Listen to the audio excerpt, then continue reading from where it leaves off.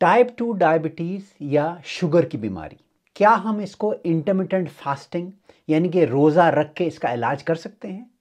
आज मैं आपको 3 ऐसे तरीके बताऊंगा जिन पे अमल करने से ना सिर्फ आप अपनी टाइप 2 डायबिटीज़ को इम्प्रूव कर सकेंगे, बल्कि कुछ केसेस में इसका मुकम्मल इलाज भी पॉसिबल है।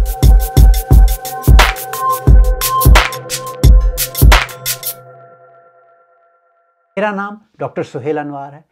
अगर आप एक हेल्थी बॉडी और स्ट्रेस फ्री माइंड चाहते हैं तो हमारे चैनल को लाइक और सब्सक्राइब। डायबिटीज़ या शुगर की बीमारी में प्रॉब्लम यह है कि आपके ब्लड के अंदर शुगर का लेवल बढ़ जाता है।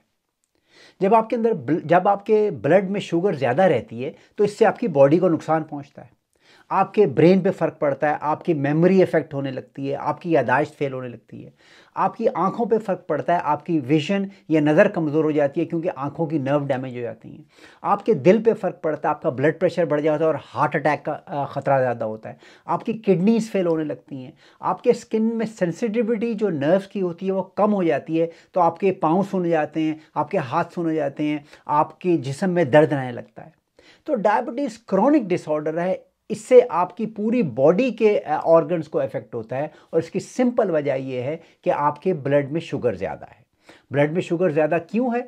इसलिए कि ब्लड शुगर, जब भी आप कोई चीज़ खाते हैं तो आपके खून में शुगर बढ़ती है, तो आपकी बॉडी एक हार्मोन सिक्रीट करती है जिसे इंसुलिन कहते हैं। इंसुलिन का काम ये होता है कि आपके ब्लड शुगर को लो करती है, आपके ब्लड शुगर को खून से निकाल के जिस्म के सेल्स के अंदर डाल देती है, तो खून में आपकी शुगर कम हो जाती है। जब आपकी बॉडी या तो इंसुलिन बना नहीं रही या इंसुलिन से उसके ऊपर कोई इफेक्ट नहीं हो रहा, यानी कि इंसुलिन आपकी शुगर को कम नहीं कर पा रही, तो इसको डायबिटीज़ कहते हैं। इससे आपके खून में शुगर बढ़ जाता है। इस वीडियो के पहले हिस्से में मैं आपको ये बताऊंगा कि इंसुलिन, शुगर और इंटरमिटेंट फास्टिंग यानी कि रोज़ा रखने के इनका आपस में क्या ताल्लुक है।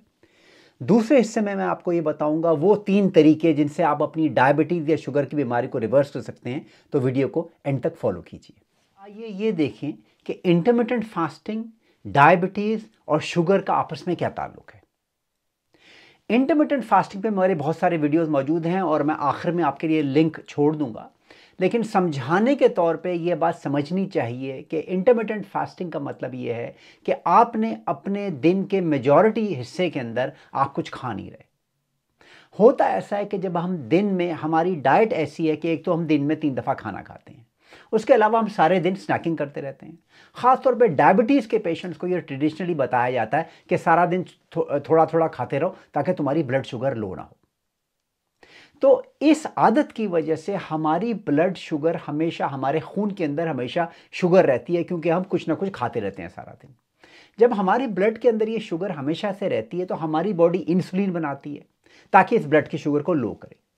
लेकिन चूंकि हमारी बॉडी हर वक्त इंसुलिन बनाती रहती है, क्योंकि हम हर वक्त खाते रहते हैं, तो हमारी बॉडी इंसुलिन से रेजिस्टेंट हो जाती है। उसके ऊपर इंसुलिन का असर नहीं होता, क्योंकि इंसुलिन बना बना के जो है बॉडी के सेल्स के ऊपर इंसुलिन का असर कम हो जाता है। तो जब आपने इंटरमिटेंट फास्टिंग में खाना अपना कम कर देना है या सर्टन औकात में खाना खाना है, जिसके बारे में मैं आगे चल के आपको बताऊंगा, तो आपकी बॉडी तैयार होगी इंसुलिन के लिए। वो इंतज़ार कर रही होगी कि खाना आए तो मैं इंसुलिन सिक्रीट करूं और ब्लड की शुगर को कम कर दूं। डायबिटीज़ एक बहुत कॉमन प्रॉब्लम है। अगर मेरा आज का वीडियो आपको अब तक पसंद आ रहा है तो प्लीज़ इस वीडियो को अपनी फैमिली से शेयर कीजिए, वीडियो को लाइक कीजिए और सब्सक्राइब कीजिए, ताकि इस तरह के और वीडियो भी हम फ्यूचर में प्रोड्यूस करें। इससे पहले कि मैं वो 3 प्रिंसिपल्स डिस्कस करूं जिससे टाइप 2 डायबिटीज़ के मरीज़ों की शुगर की बीमारी रिवर्स हो सकती है रोज़ा रखने के ज़रिए, ये बात समझ लीजिए कि ये बहुत अहम है कि अगर आप टाइप 2 डायबिटिक हैं और इंटरमिटेंट फास्टिंग शुरू कर रहे हैं तो आप अपने डॉक्टर से कंसल्ट करें और अपनी मेडिकेशंस और ब्लड शुगर को कंटिन्यूसली मॉनिटर करें। क्योंकि जब आप फास्टिंग शुरू करेंगे तो हो सकता है कि औकात में आपकी ब्लड शुगर कम हो जाए। आपको पता होने चाहिए कि लो ब्लड शुगर के क्या साइन एंड सिम्टम है। आपको ये भी पता होना चाहिए कि किस वक्त मैंने गोलियां खानी है। ऐसा नहीं कि आपने सुबह गोलियां खाई और आप इंटरमिटेंट फास्टिंग पे चले गए। तो ज़रूरी है कि आप अपनी इंसुलिन की डोज को या अपनी गोलियों को एडजस्ट करें और इंटरमिटेंट फास्टिंग आहिस्ता शुरू करें और अपने डॉक्टर को भी इसके अंदर इन्वॉल्व। असूल है आपके खाने के टाइमिंग्स। ये बहुत ज़रूरी है कि इंटरमिटेंट फास्टिंग, अगर आप डायबिटिक हैं और इंटरमिटेंट फास्टिंग ट्राई करना चाहते हैं तो आप अपने रात के खाने के टाइमिंग को स्ट्रिक्ट कर लें। आइडियल ये हो कि आप रात को 7 बजे या मैक्सिमम 8 बजे के बाद कुछ नहीं आपने खाना। यानी कि आपका रात का खाना अगर आप तैयारी शुरू करें 7 साढ़े 7 के बजे के करीब और 8 बजे तक आप अपना रात का खाना खा लें तो उसके बाद आपने कुछ नहीं खाना। रात को फिर आप सो गए, अगले दिन सुबह अगर आप 8 बजे उठते हैं तो आपका 12 घंटे का रोज़ा वैसे ही हो गया, क्योंकि 8 और 8 के दरमियान आपने कुछ नहीं खाया। 12 घंटे के बाद 8 बजे उठने के बाद अगर आप फ़ौरन नाश्ता ना करें बल्कि उसको डिले करके 10 बजे तक कर दें और 10 बजे अपना पहला मील खाएं तो इसका मतलब ये आपका 14 घंटे का रोज़ा हो गया। इस 14 घंटे में सिर्फ आप पानी पी सकते हैं, चाय कॉफ़ी पी सकते हैं बगैर शुगर के और बगैर दूध के। इसके अलावा आपने कुछ नहीं खाना पीना। इस फास्ट को आप इंक्रीज कर सकते हैं। मिसाल के तौर पे आपने रात को अगर 8 बजे खाना खाया और अगले दिन आपका अगला मील 12 बजे फिर आपने कर लिया, 12 बजे से बढ़ा के 1 बजे कर लिया, 1 बजे से बढ़ा के 2 बजे कर लिया, तो आपका फास्ट 12 घंटे से बढ़ के 14 घंटे से बढ़ के 16 घंटे से बढ़ के 18 घंटे तक भी हो सकता है। अगर आप अपने रोज़े के औकात को 16 से 18 घंटे कर लेंगे तो आपकी बॉडी को इससे बेहतरीन बेनिफिट होगा। आपकी इंसुलिन स्पाइक नहीं होगी, आपकी ब्लड शुगर लो रहेगी, आपकी बॉडी एनर्जी के लिए शुगर को इस्तेमाल करने के बजाय फैट को इस्तेमाल करना शुरू कर देगी। आपका वज़न कम होना शुरू हो जाएगा, आपको वज़न कम होने के फ़वायद मिलेंगे, आपका ब्लड प्रेशर लो होगा, आपकी किडनीज बेहतर फंक्शन करेंगी, आपके जॉइंट्स, आपकी स्किन, आपकी बाल, इन सब चीज़ों को फ़ायदा होना शुरू हो जाएगा वज़न कम करने की वजह से। तो अगर आप डायबिटिक हैं तो इंटरमिटेंट फास्टिंग को स्लोली 12 घंटे से 14 घंटे से 16 घंटे से 18 घंटे तक करिए।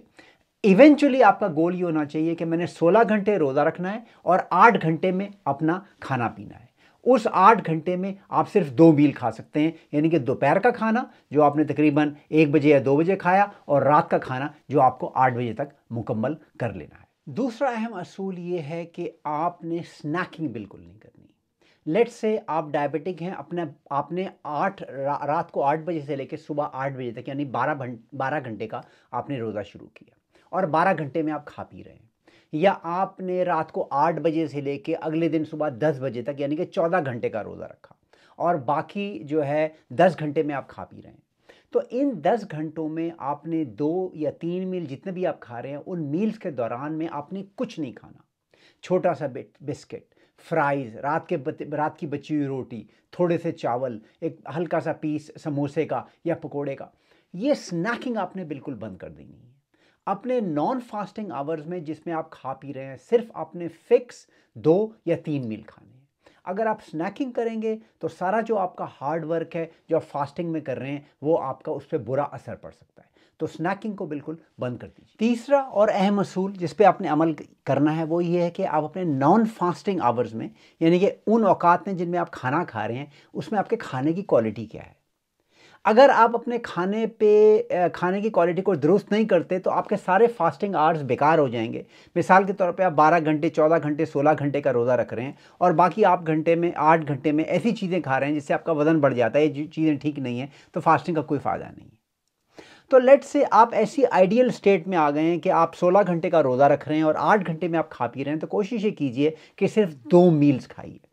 ह्यूमन बॉडी को 3 मील्स की ज़रूरत नहीं है। 8 घंटे में लेट्स से कि आपने 2 बजे दोपहर को अपना रोज़ा तोड़ा और आपने जो है उसमें अपना मील लिया, दूसरा मील आपने 7, साढ़े 7 बजे, 8 बजे आपने दूसरा मील लिया, ये 2 मील्स आपने खाए और बाकी औकात में आप रोज़ा रख रहे हैं।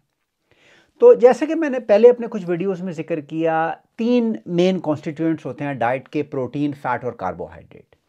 इंटरमिटेंट फास्टिंग डायबिटीज़ के लिए आपने कार्बोहाइड्रेट्स को कम्प्लीटली अवॉइड करना है।